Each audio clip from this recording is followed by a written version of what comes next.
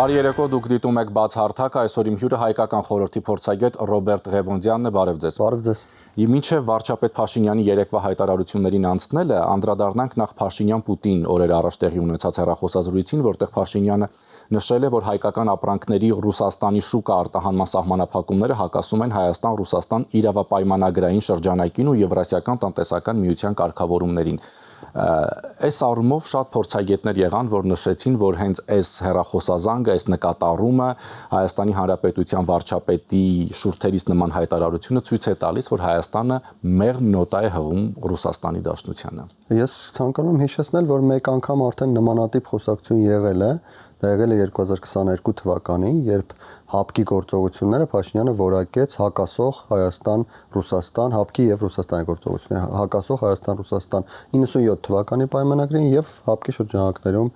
ստորագրված պարտավորություններին, որին հետևեց, հիշում ենք ինչ, հետևեց այն, որ Հայաստանը սառեցրեց իր անդամությունը ՀԱՊԿ-ում։ Իհարկե շատ ավելի շատ գործոններ այնտեղ աշխատեցին, ժամանակ անցավ մոտավորապես 1.5 տարի եւ այլն, բայց գործընթացը սկսվեց այսպես։ Եվ Համանմանությունը ենթադրել է տալիս, որ այն ինչ տեղի ունենում այս պայն Հայաստանի եւ Ռուսաստանի միջև եւ այն, որ Ռուսաստանը գոնե նույն մակարդակի վրա չի պահում իրավիճակը, այլ փորձում է խորացնել ճգնաժամը, փաստացի կատնամթերքի նկատմամբ արգելանքներ սահմանելը հենց ճգնաժամը խորացնելու մասին էր, կարող է հանգեցնել նմանատիպ արդյունքի։ Թեև այս դեպքում շատ բարդ է պատկերացնել սառեցում անդամակցության, որովհետեւ ի տարբերություն ՀԱՊԿ-ի ԵԱՏՄ դեպքում Հայաստանը չի կարող ուղղակի թղթերով մնալ ԵԱՏՄ անդամ, այնտեղ մաքսային ռեժիմ է գործում, այնտեղ ընդհանուր կաթսա կա, որտեղ գումարներ են փոխանցում եւ այլն, բազմաթիվ են հարցերը, որտեղ հնարավոր չէ դե յուրե անդամ մնալ, բայց չմասնակցել, բայց այս դեպքում էլ Հայաստանը կարող է ուղղակի ԵԱՏՄ-ից դուրս գալ եւ այդ մասին ակնարկեց Փաշինյանը, ասելով, թե իրավիճակի չկարգավորումը կարող է դառնալ ԵԱՏՄ վերջի սկիզբը։ Հենց այդ հարցին է ուզում անդրադառնանք, եթե այս հարցը չլուծվի, ապա դա կլինի ԵԱՏՄ-ի վերջի սկիզբը, այսինքն կարծում եք, որ այս ամեն ինչը կբերի ԵԱՏՄ-ի փլուզման։ Ոչ թե ԵԱՏՄ-ի փլուզման, ավելի հավանական է, որ դա կբերի ինչ-որ մի իրավիճակի, որտեղ Հայաստանը այլևս ԵԱՏՄ-ում չի լինի։ Իհարկե դա նորից չի լինելու այնպես, որ առավոտյան արտանանք տեսնենք Հայաստանը ԵԱՏՄ-ում չի, թեև հակառակը եղել է, առավոտյան արթնացել ենք, տեսնենք Հայաստանը ԵԱՏՄ-ում է, անժամանակ մաքսային միությունում, բայց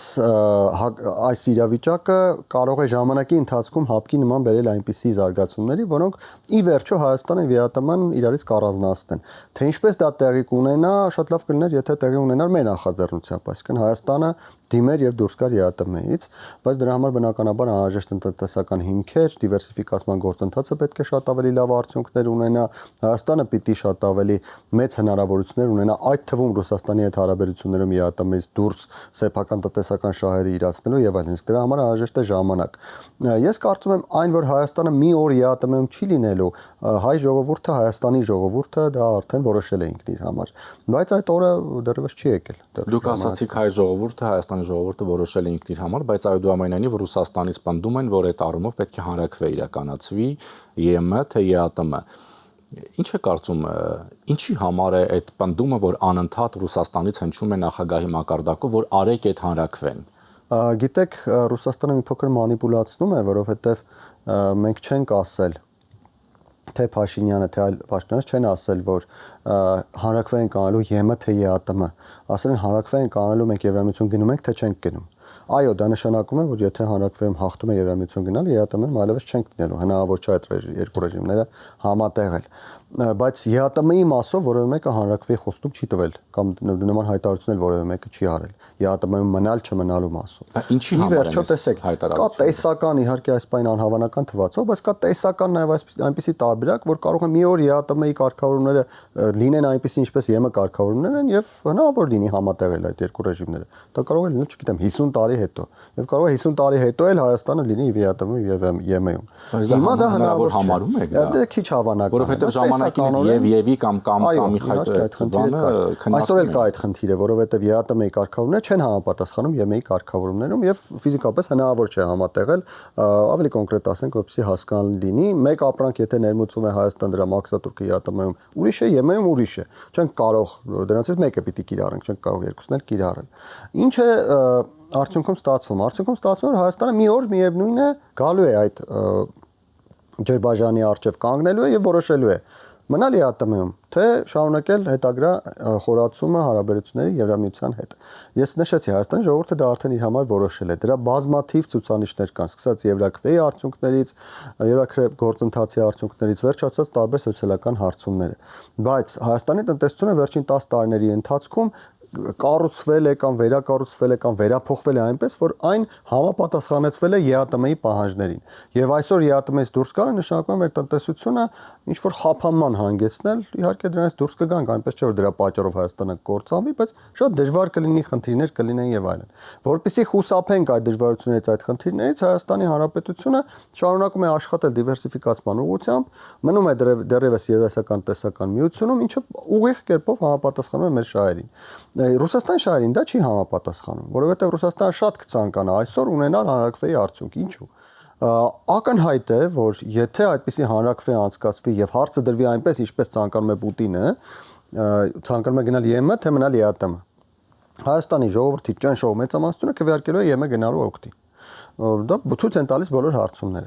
Իսկ դա ինչ է նշանակում։ Դա նշանակում է լեգիտիմ հնարավորություն տալ Ռուսաստանին Հայաստանի նկատմամբ ճնշումները ուժեղացնելու, ԵԱՏՄ-ից Հայաստանի շուտապույտ դուրս տնելու գործընթաց սկսելու համար, շանտաժ անելու համար, որ տեսեք կա Հայաստանի ժողովրդի կարծիք, մենք հենց այսօր կարող ենք ձեզ ԵԱՏՄ-ից անել։ Սա արեք մեզ համար, մեր ցանկությամբ, որովհետեւ մենք այսօր չանենք ձեզ ԵԱՏՄ-ից։ Բայց ինչով է դա ձեռնտու Ռուսաստանի Դաշնությանը Հայաստանին հանել, այսպես ասած, շարունակել չակերտավոր այդ պատժամիջոցները հայկական ապրանքների նկատմամբ։ Եթե ուշադիր կլինեք, ես Հայաստանին հանել արտադրություն չօգտագործեցի։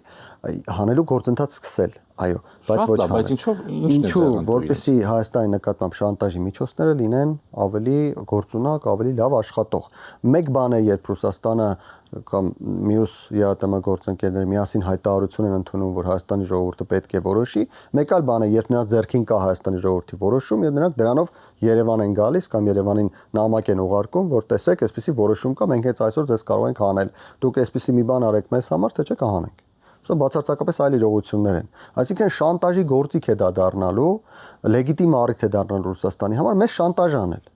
Իհարկե շանտաժը լեգիտիմ համարելը մի փոքր աբսուրդային է, բայց ընդհանուր առմամբ իրավիճակը այդպեսին է։ Լավ, ավելի པարզ որպեսզի լինի, այդ շանտաժից իրենք ինչ են շահելու։ Իրենց շահը ո՞րն է լինելու, եթե օրինակ հիմա շատ հաճախ ասում են նույն Մոսկվայում անգամ այսպես ասած բանջարեղենի խնդիր կա, կանաչեղենի խնդիր կա, այդ շանտաժից իրենք ինչով են օգտվելու։ Շանտաժը լեգիտիմացվելու է իրենց։ Իրենք կարողանալու են Երևանի հետ խոսելիս դնել սեղանին, որ տեսեք, մենք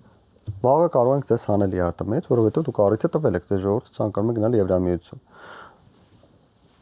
Եվրամիություն գնալու օրենքը չեղարկեք, օրինակ։ Հակառակ դեպքում վաղը դուրս եք գալիս ԵԱՏՄ-ից։ Այսօր նրանք դա անել չեն կարող։ Այսօր չի կարող Պուտինը հայտարարել, որ վաղը Հայաստանը հանում է ԵԱՏՄ-ից։ Բնականաբար մյուս գործընկերների մոտ հարցեր կառաջանան, մյուս գործընկերները իրենք էլ կանհանգստանան, որովհետև վաղը կարող է իրենցից ցանկացածի գլխին գալ այն, ինչ որ ցանկանում է անել Ռուսաստանը Հայաստանի հետ։ Մեկ այլ բան է, երբ Պուտինը զանգում է, ենթադրենք Տոկաևին եւ ասում է, որ Հայաստանի ժողովուրդը նման բան է որոշել, եկեք հանենք դուրս։ Այդ փաստ կա մեր ձեռքին։ Հասկանում եք, իրավիճակներն են մի փոքր տարբեր։ Ռուսաստանի ձեռքերը ազատ են, այնպես չէ որ Ռուսաստանը ցանկանա Հայաստանին հապկից կամ ԵԱՏՄ-ից հանել, նա չի կարողանալու։ Կստեղծի այնպիսի իրավիճակ, որ դուրս կգան։ Թեև հապկի դեպքում Ռուսաստանը ստեղծել է այդ իրավիճակը եւ Հայաստանը դուրս չի գալիս ոչ մի կերպ, չեմ հասկանում ես մեր իշխանությունների համառությունը։ Բայց միևնույն է, Ռուսաստանի ձեռքերը այս առումով ազատ են։ Խնդիրը ազատությունը չէ, խնդիրը սեփական քայլերի լեգիտիմության որևէ բան փաստարկ ունենալն է, որի միջոցով Մոսկվայում կարծում են, որ կկարողանան շատ ավելի արդյունավետ Հայաստանին կառավարել կամ Հայաստանին շանտաժի ենթարկել։ Մենք բոլորս հիշում ենք, որ այս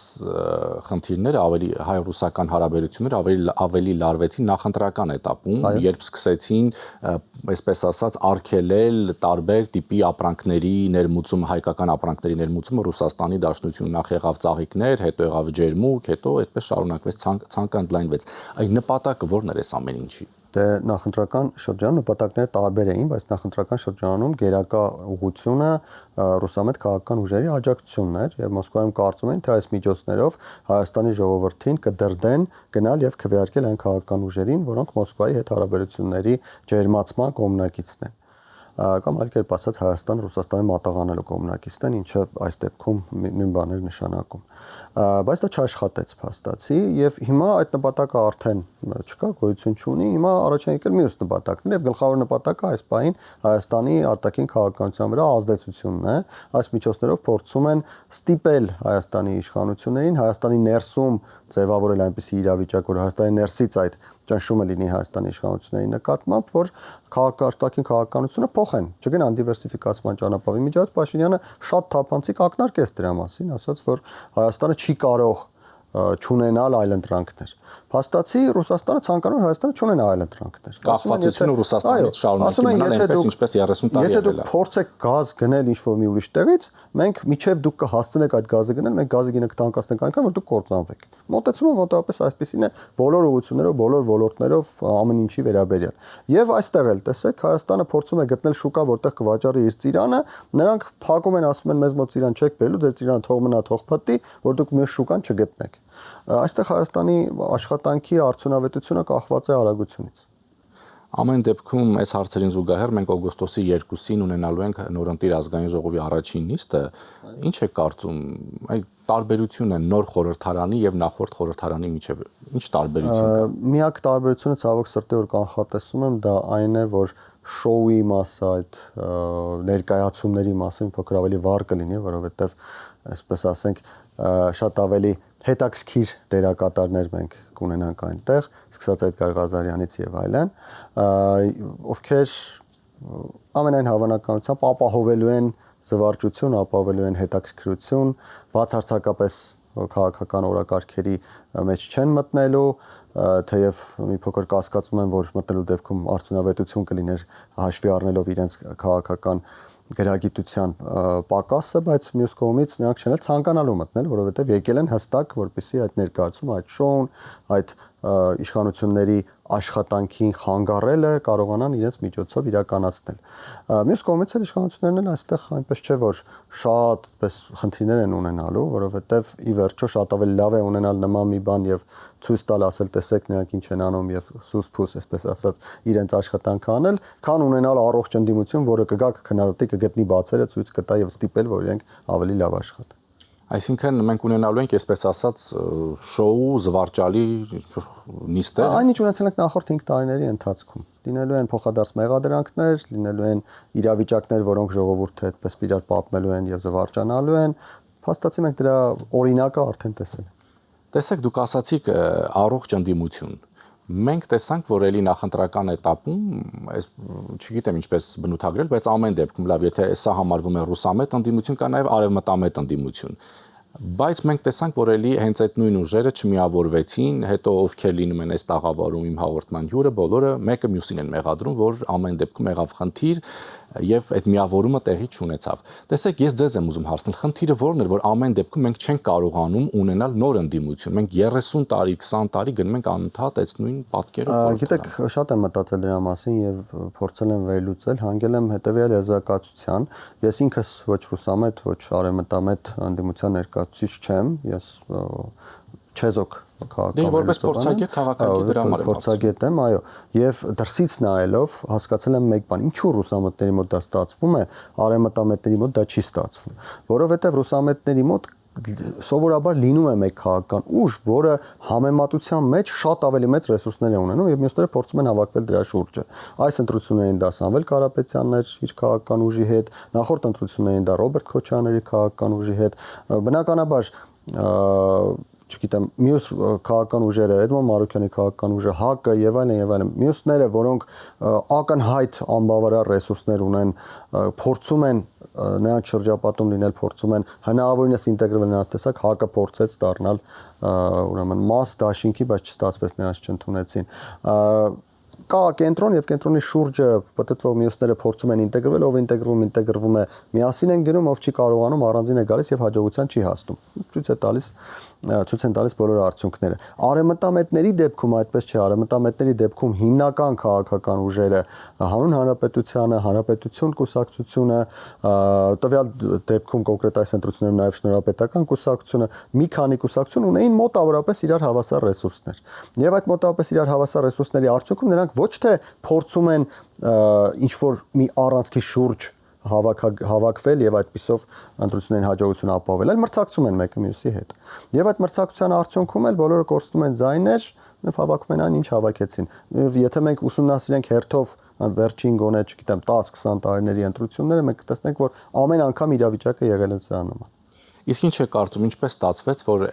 մոտ 500,000 մարդ ամեն դեպքում նախապատվությունը տվեց ռուսամետ ուժերին, որովհետև մենք տեսնում ենք, որ բարբերաբար, այսինքն այդ մարդիկ էլ են, չէ՞, տեսնում, որ Ռուսաստանը սահմանափակումներն է անում ամեն դեպքում Ղարաբաղի կորուստ եղավ, ամեն դեպքում Հայաստանի ինքնիշխան տարածքի վրա հարձակում եղավ եւ ոչ մի դատապարտող խոսք Ռուսաստանից, բայց մենք տեսանք, որ մոտ 500,000 մարդ միևնույն է գնաց եւ ընտրեց այդ ուժերը։ Գիտեք, 500,000 ես չեմ համարձակվի ասել, իհարկե 500,000 մեջ կային մարդիկ, ովքեր տարբեր միտումների պատճառով գնացին։ Տեսանք մենք բազմաթիվ բացահայտած ուրեմն կաշառքի դեպքեր, ենթադրում եմ, որ կլինեն նաև շատ ավելի շատ չբացահայտված կաշառքի դեպքեր, ինչը նշանակում է, որ 500,000-ից մի մեծ հատված, թիվ չասենք, բայց մի մեծ հատված գնացել եւ քվեարկել է ուղղակի կաշառքի համար, բայց եկեք ամենակարևոր բանը հաշվի առնենք, որ Հայաստանում կա մարդկանց մի խումբ, նրանք կարող են լինել 50,000, 100,000 կամ 200,000, չգիտեմ, 500,000-ից ինչ-որ մի մասը մարդկանց մի խումբ, որը ցանկացած պարագայում ցանկանում է, որպեսզի Ռուսաստանի շահերը Հայաստանում ապահովեն։ Ինքը իրեն զգում է, մենք նույնիսկ ունենք այդպիսի մի մտավորական, ինքը իրեն զգում է Կալինինգրադից մինչև որտեղ Մագադան երկրի քաղաքացի, իր համար այս փոքր երկիրը կարևոր չէ, ինքը այս փոքր երկրում նեղվում է, հենց այդպես էլ ասում էր այդ մտավորականը, եւ ցանկանում է զգալ այդ մեծ երկրի քաղաքացի, հետեւաբար իր համար ցանկացած ընտրություն, որը բախվում է այս իրականությանը, այսինքն ցանկացած ընտրություն, որի տրամաբանությունն այն չէ, որ իրեն հետ վերադարձնել իր երազած այդ մեծ երկիրը, հակոտնյա իր պատկերացումներին, իր գաղափարներին։ Այլ կերպ ասած, եթե ավելի ժողովրդի լեզվով ասենք, մարդիկ ցանկանում են լինել Ռուսաստանի մաս։ Կա այդ մարդկանց խումբը Հայաստանում, ակնհայտ է, որ կա այդ մարդկանց խումբը։ Այնպես որ պիտի հաշվի նստենք այդ իրականության հետ։ Եթե ցանկանում ենք, որ չլինի այդ մարդկանց խումբը, դա կրթության, ժամանակի, սերնդափոխության հարց է։ Այսօր ունենք այս իրականություն։ Բայց միևնույն ժամանակ պետք է խոստովանենք, որ ընտրության արդյունքից գրեթե բոլոր կողմերն են դժգոհ, եւ